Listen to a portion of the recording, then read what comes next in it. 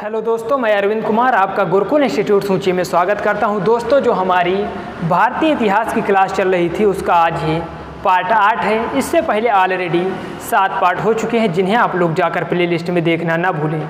तो दोस्तों, आज की क्लास में हम पढ़ेंगे जो हम लोग पुरातात्विक साक्ष्य पढ़ चुके हैं और साहित्यिक साक्ष्य पढ़ चुके हैं। तो जो साहित्यिक साक्ष्य के अंतर्गत आज हम लोग पढ़ेंगे ब्राह्मणेतर साहित्य। तो आज की क्लास को शुरू करने से पहले अगर अभी तक आपने क्लास को लाइक और शेयर नहीं किया तो आप लोग पहले क्लास को लाइक और शेयर कीजिएगा और चैनल को सब्सक्राइब कर बेल बटन अवश्य दबाएं, जिससे हमारी आने वाली सभी वीडियो के नोटिफिकेशन आपको नियमित रूप से मिल सके। तो दोस्तों, चलते हैं, आज क्लास स्टार्ट करते हैं। पहले से आप लोगों से हमारी रिक्वेस्ट है कि आप लोग मेरे साथ नोट्स निकाल लीजिए और पेन रेडी कर लीजिए और नोट्स बनाते हुए चलिएगा। ये क्लास आपके लिए इतनी महत्वपूर्ण है कि आपसे क्या पता जाए। आपको इंडिया का कोई भी एग्ज़ाम देना है, आप ये क्लास पढ़ लीजिए, आपका एग्ज़ाम 100% क्वालिफाई हो जाएगा। ये क्लास आपको बिल्कुल ऑफलाइन क्लास जैसी पढ़ाई जा रही है।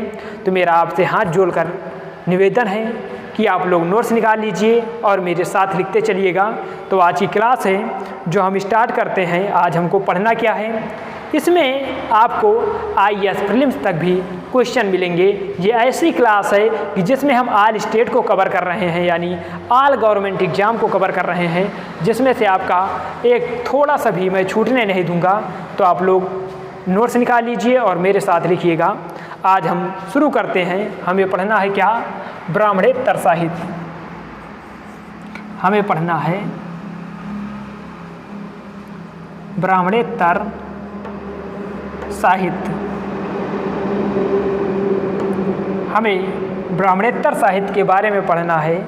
जो ब्राह्मणेतर साहित्य है इसमें हमें मोटे तौर पर बौद्ध साहित्य और जैन साहित्य के बारे में पढ़ना है। यानी जो ब्राह्मणेतर साहित्य है इसमें हमें मोटे तौर पर बौद्ध साहित्य,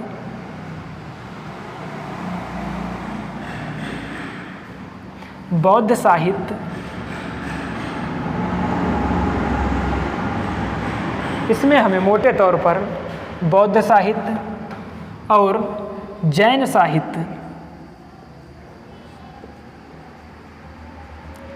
जो ब्राह्मणेतर साहित्य है इसमें हमें मोटे तौर पर बौद्ध साहित्य और जैन साहित्य के बारे में चर्चा करनी है।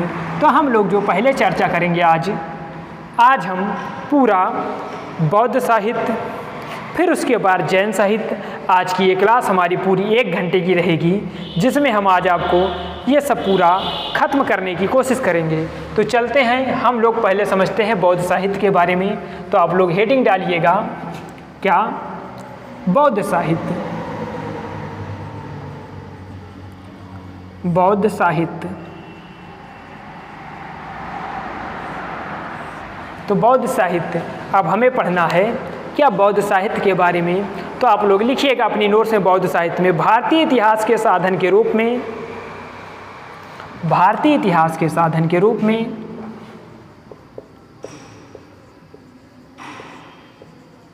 भारतीय इतिहास के साधन के रूप में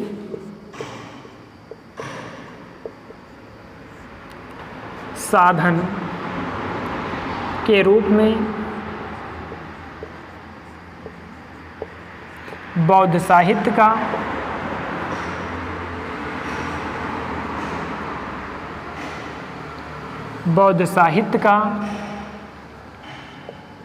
विशेष महत्व है।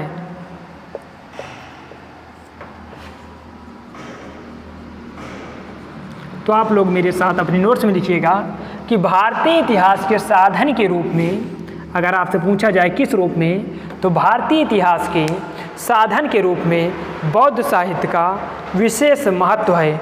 और उसके आगे लिखिएगा बौद्ध साहित्य को, लिखिएगा बौद्ध साहित्य ग्रंथों को, या बौद्ध साहित्य ग्रंथों में त्रिपिटक सबसे महत्वपूर्ण है। लिखिएगा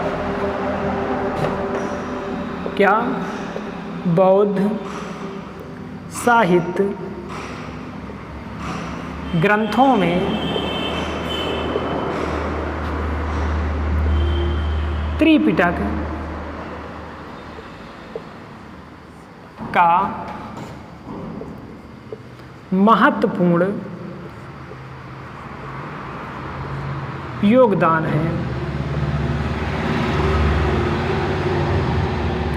देखिएगा, जो बौद्ध साहित्य ग्रंथों में जो त्रिपिटक है उनका महत्वपूर्ण योगदान है। अब आप लोगों के माइंड में ये क्वेश्चन उठा होगा कि ये त्रिपिटक क्या है, त्रिपिटक कैसे होते हैं और त्रिपिटक क्यों हैं। तो आप लोग लिखिएगा, त्रिपिटक बौद्ध की शिक्षाओं का संकलन है। लिखिएगा,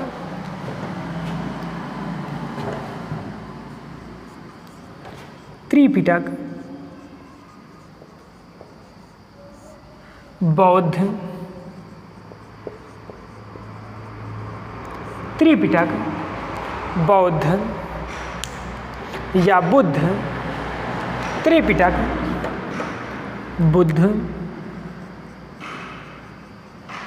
की शिक्षाओं का संकलन है। त्रिपिटक बुद्ध की शिक्षाओं का संकलन है। इसे यानी किसे त्रिपिटक को इसे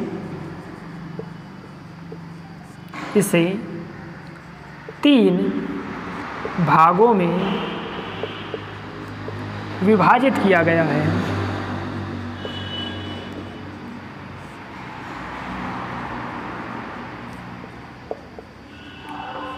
जो त्रिपिटक हैं उन्हें अगर पूछा जाए कि कितने भागों में विभाजित किया गया है, जो त्रिपिटक हैं उन्हें तीन भागों में विभाजित किया गया है, जिनमें हैं, लिखिएगा, पहला विनय पिटक, सूक्त पिटक और अभिधम्म पिटक। तो लिखिएगा तीन भागों में किस में विभाजित किया गया है। इसमें है विनय पिटक,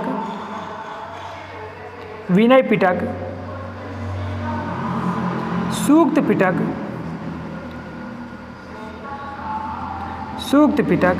और अभिधम्म पिटक। सूक्त पिटक, विनय पिटक और अभिधम्म पिटक। तो आप लोग लिखिएगा कि त्रिपिटक को तीन भागों में विभाजित किया गया है, जिसमें है पहला विनय पिटक, फिर सूक्त पिटक और फिर अभिधम्म पिटक। तो अब आप लोग लिखिएगा, जो विनय पिटक है, लिखिएगा विनय पिटक के अंतर्गत लिखिएगा, इसमें संघ संबंधित नियम तथा आचार संबंधित शिक्षाओं का संग्रह है। लिखिएगा, विनय पिटक में इसमें संघ संबंधी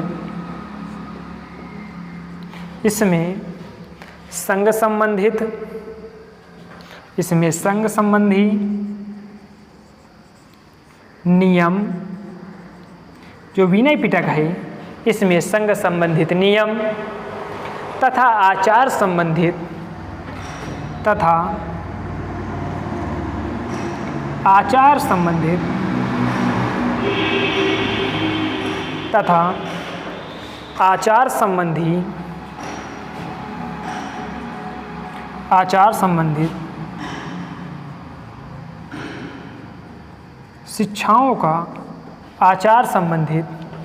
शिक्षाओं का संग्रह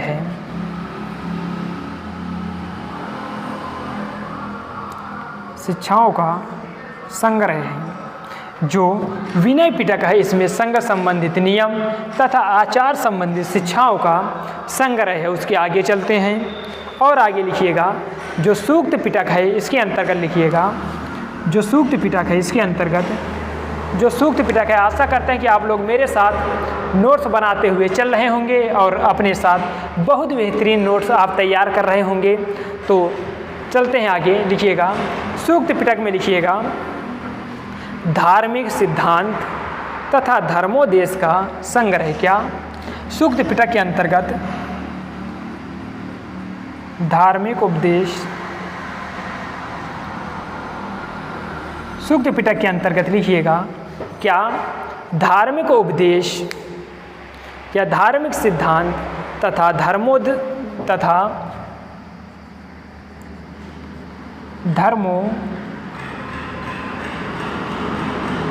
धर्मोपदेश का संग्रह है तथा धर्मोपदेश का संग्रह है। तो आशा करते हैं कि 2 आप लोगों ने समझा होगा। उसकी आगे चलते हैं और लिखते हैं अभिधम्म पिटक के बारे में। तो लिखिएगा अभिधम्म पिटक दार्शनिक सिद्धांतों का संग्रह है। इसमें लिखिएगा दार्शनिक अभिधम्म पिटक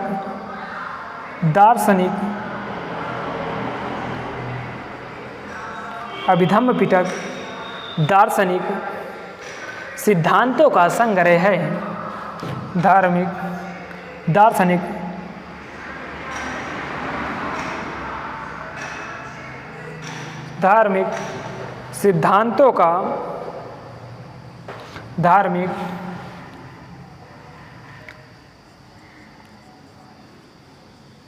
सिद्धांतों का संग्रह है। तो आशा करते हैं कि आप लोग इन तीनों के बारे में समझा होगा कि जो विनय पिटक है इसमें संघ संबंधित नियम तथा आचार संबंधित शिक्षाओं का संग्रह है। वहीं पर सूक्त पिटक में धार्मिक उपदेश तथा धर्मोपदेश का संग्रह है। धार्मिक उपदेश तथा धर्मोपदेश का संग्रह आपको सूक्त पिटक में देखने को मिलता है। वहीं जो अभिधम्म पिटक है इसमें दार्शनिक सिद्धांतों का संग्रह मिलता है। तो उसके आगे लिखिएगा बौद्ध ग्रंथ पाली भाषा में लिखे गए हैं। लिखिएगा आगे बौद्ध ग्रंथ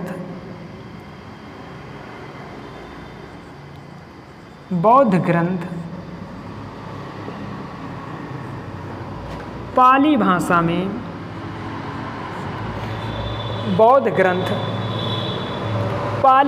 में लिखे गए। बौद्ध ग्रंथ पाली भाषा में लिखे गए। बौद्ध ग्रंथ पाली भाषा में लिखे गए। बौद्ध ग्रंथों से संबंधित बौद्ध ग्रंथ पाली भाषा में लिखे गए। बौद्ध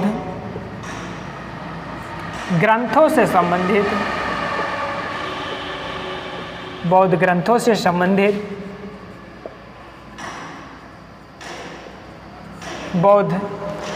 से संबंधित जातकों में बुद्ध बौद्ध ग्रंथों से संबंधित जातकों में बौद्ध ग्रंथों से संबंधित जातकों में बुद्ध से संबंधित घटनाओं का वर्णन है। बुद्ध से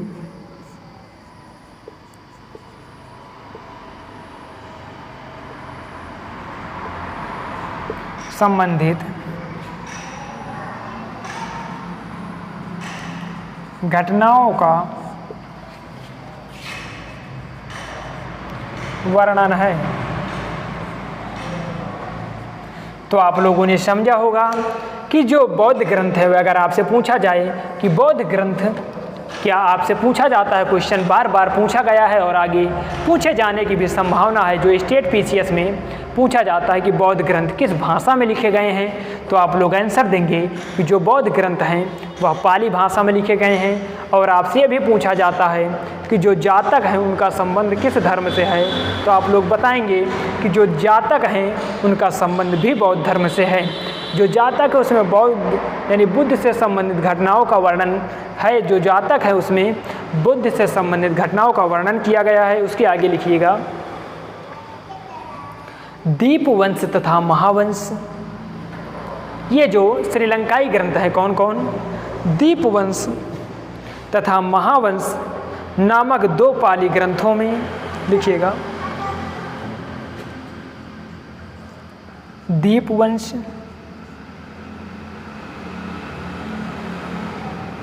तथा महावंश। दीपवंश तथा महावंश नामक 2 पाली ग्रंथों में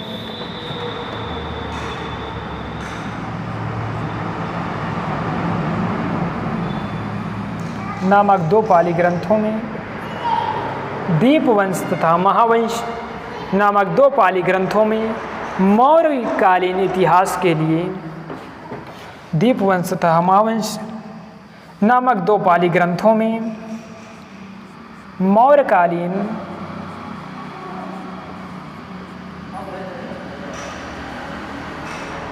मौर्यकालीन इतिहास का वर्णन मिलता है।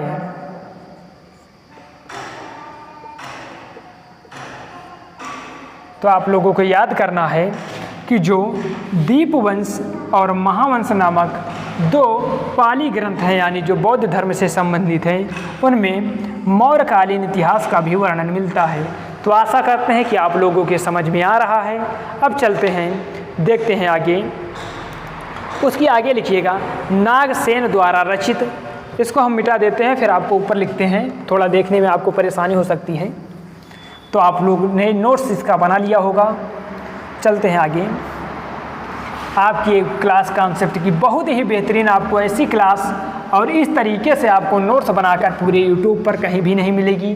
तो आप लोग क्लास को ज़्यादा से ज़्यादा शेयर कीजिएगा और चैनल को ज़्यादा से ज़्यादा सब्सक्राइब कर बेल बटन अवश्य दबाएँ, जिससे हमारी आने वाली सभी वीडियो के नोटिफिकेशन आपको नियमित रूप से मिलते रहें। तो चलते हैं आगे और लिखते हैं क्या, नागसेन द्वारा रचित,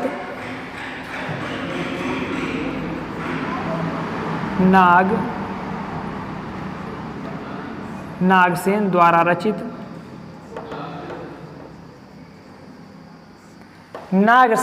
रचित मिलिंद पन्हो पाली भाषा में रचित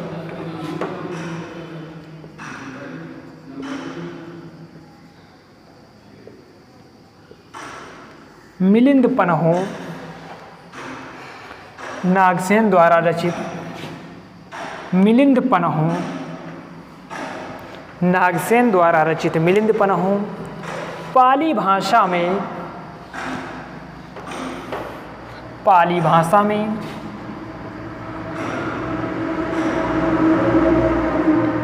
भाषा में रचित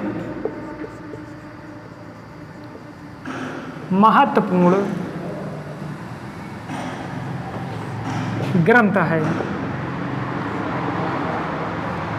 अगर आपसे पूछा जाता है कि मिलिंद पन्हो के लेखक कौन है, तो आप लोग आंसर देंगे जो नागसेन हैं, इन्हीं के द्वारा मिलिंद पन्हो लिखी गई। अगर आपसे पूछा जाए कि जो मिलिंद पन्हो है,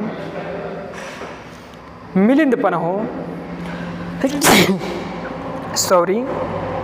चलते हैं आगे, देखते हैं जो मिलिंद पन्हो है इसके बारे में। तो लिखिएगा मिलिंद पन्हो, अगर आपसे इसकी भाषा पूछी जाए तो जो मिलिंद पन्हो की भाषा है वो क्या है, आप लोग आंसर बताएंगे। जो मिलिंद पन्हो है, ये जो पुस्तक है नागसेन द्वारा रचित है, ये पाली भाषा में लिखी गई है। उसके आगे लिखिएगा इसमें हिंद यमन शासक मीनांडर के विषय में सूचना मिलती है। लिखिएगा जो मिलिंद पन्हो है उसके आगे में लिखिएगा इसमें हिंद यमन शासक, इसमें हिंद यमन शासक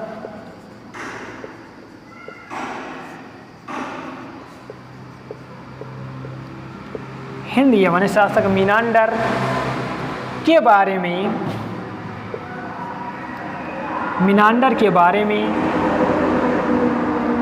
जानकारी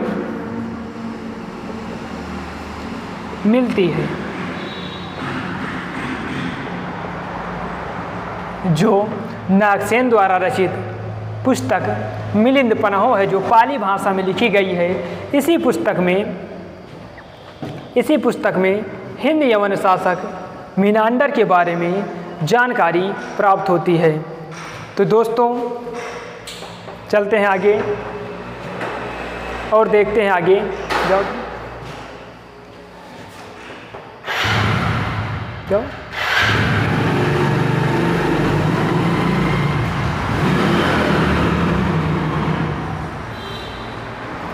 तो आगे देखते हैं अब कि इसके आगे और हमको क्या पढ़ना है।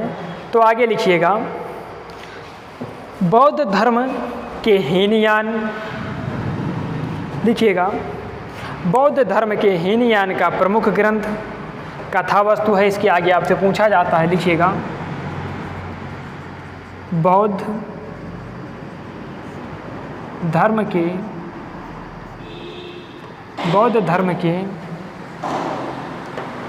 हीनयान, बौद्ध धर्म के हीनयान का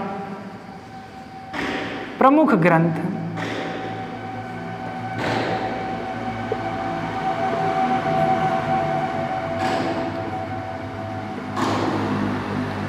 कथावस्तु है। हीनयान यानी बौद्ध धर्म में दो शाखा हुई, एक हीनयान और एक महायान। तो हीनयान का प्रमुख ग्रंथ कथावस्तु है, जिसमें महात्मा बुद्ध के क्या लिखिएगा, जिसमें महात्मा बुद्ध का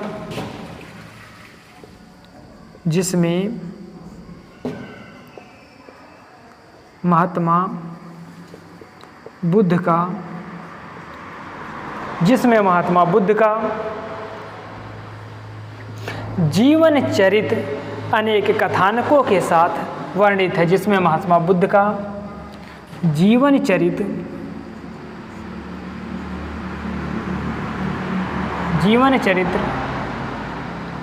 अनेक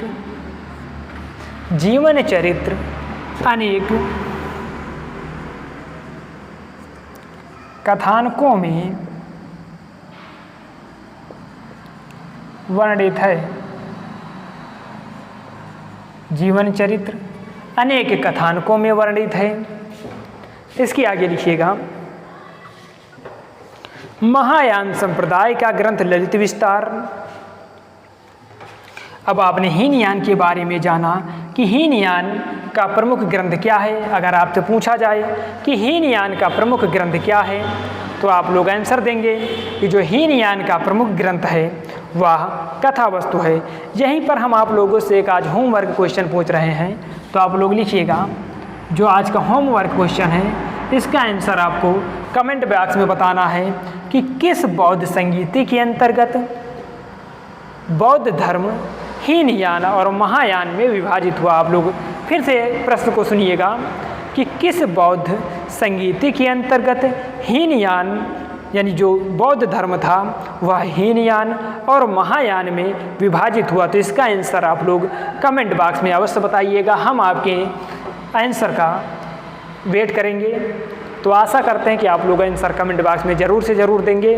उसके आगे लिखिएगा, अब हमको पढ़ना क्या है, लिखिएगा महायान संप्रदाय का ग्रंथ ललित विस्तार। अब आप लोगों को और जानना है क्या, महायान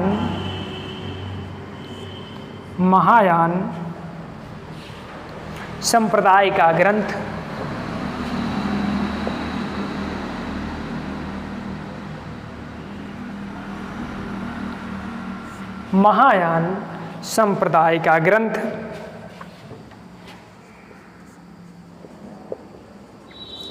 ललित विस्तार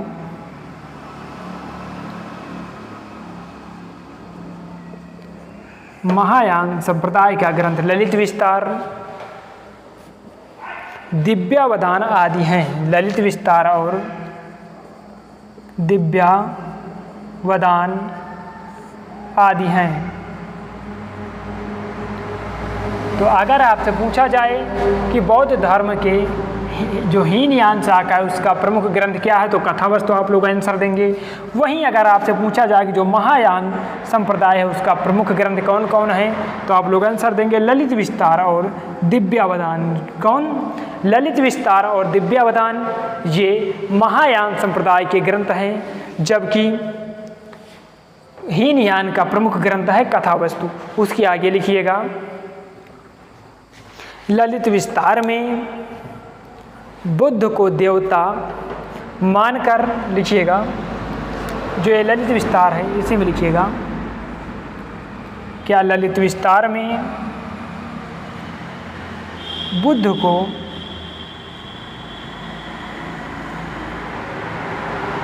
देवता मानकर, बुद्ध को देवता मानकर, ललित विस्तार में बुद्ध को देवता मानकर उनके जीवन तथा कार्यों उनके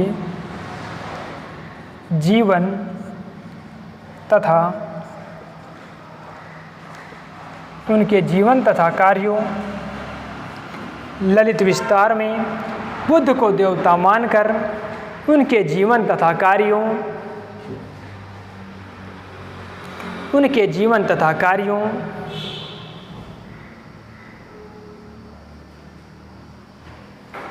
का चमत्कारी वर्णन प्रस्तुत किया गया। उनके जीवन तथा कार्यों का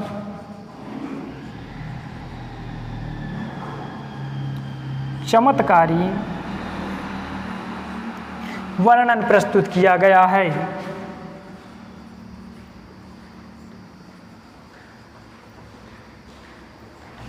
चमत्कारी वर्णन प्रस्तुत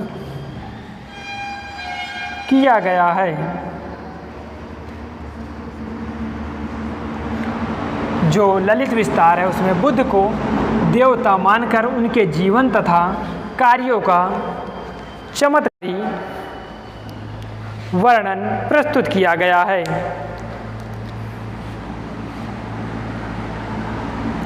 और आगे अब लिखिएगा,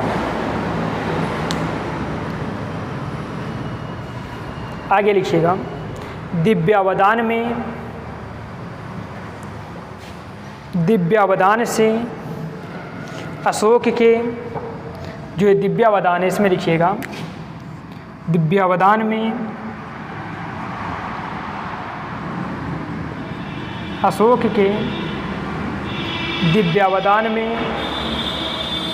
के उत्तराधिकारियों से लेकर अशोक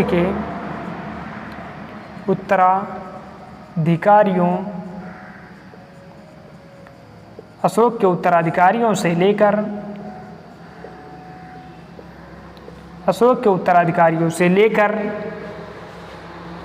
दिव्यावदान में अशोक के उत्तराधिकारियों से लेकर पुष्यमित्र शुंग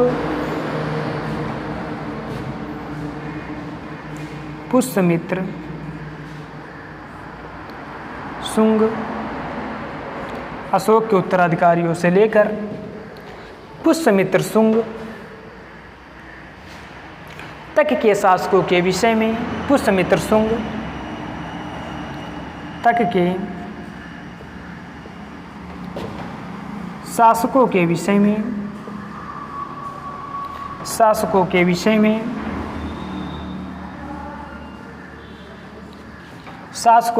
में जानकारी मिलती है। जो ये दिव्यावदान है उसमें अशोक से लेकर, यानी अशोक के उत्तराधिकारियों से लेकर पुष्यमित्र शुंग, जो कि शुंग वंश का शासक था, पुष्यमित्र शुंग तक के शासकों के विषय में जानकारी मिलती है। तो दोस्तों आज की क्लास यहीं तक। जब हम कल आपसे मिलेंगे तो वहाँ पर हम आपको ब्राह्मणेतर साहित्य के अंतर्गत जैन साहित्य पर चर्चा करेंगे। तो यानी कल हम पूरा जैन साहित्य ख़त्म कर लेंगे। उसके बाद फिर मेरा बचेगा विदेशी साहित्य, यानी विदेशी यात्रियों का वर्णन, जो विदेशी यात्रियों का विवरण है उसको पढ़ेंगे। तो दोस्तों आज की क्लास कैसी लगी? क्या आप लोगों ने नोट्स बनाया या नहीं बनाया, या मात्र सिर्फ क्लास ही देखते रहे? अगर आपने नोट्स नहीं बनाया है तो मैं आपको गुरुकुल इंस्टीट्यूट सूची टेलीग्राम चैनल पर इसके नोट्स प्रोवाइड करा दूंगा, जहां से आप लोग इसे ले सकते हैं और फिर अपने हाथ से ज़रूर लिखिएगा। जो अपना हाथ होता है वो जगन्नाथ होता है, यानी अपने हाथ से किया गया कार्य या बनाई गई नोट्स सबसे उत्तम मानी जाती है। तो दोस्तों अगर क्लास अच्छी लगी हो तो आप लोग क्लास को ज़्यादा से ज़्यादा लाइक और शेयर कीजिए और चैनल को सब्सक्राइब कर बेल बटन अवश्य दबाएं, जिससे हमारी आने वाली सभी वीडियो के नोटिफिकेशन आपको नियमित रूप से मिलते रहें। तो जय हिंद दोस्तों, मिलते हैं नेक्स्ट क्लास में।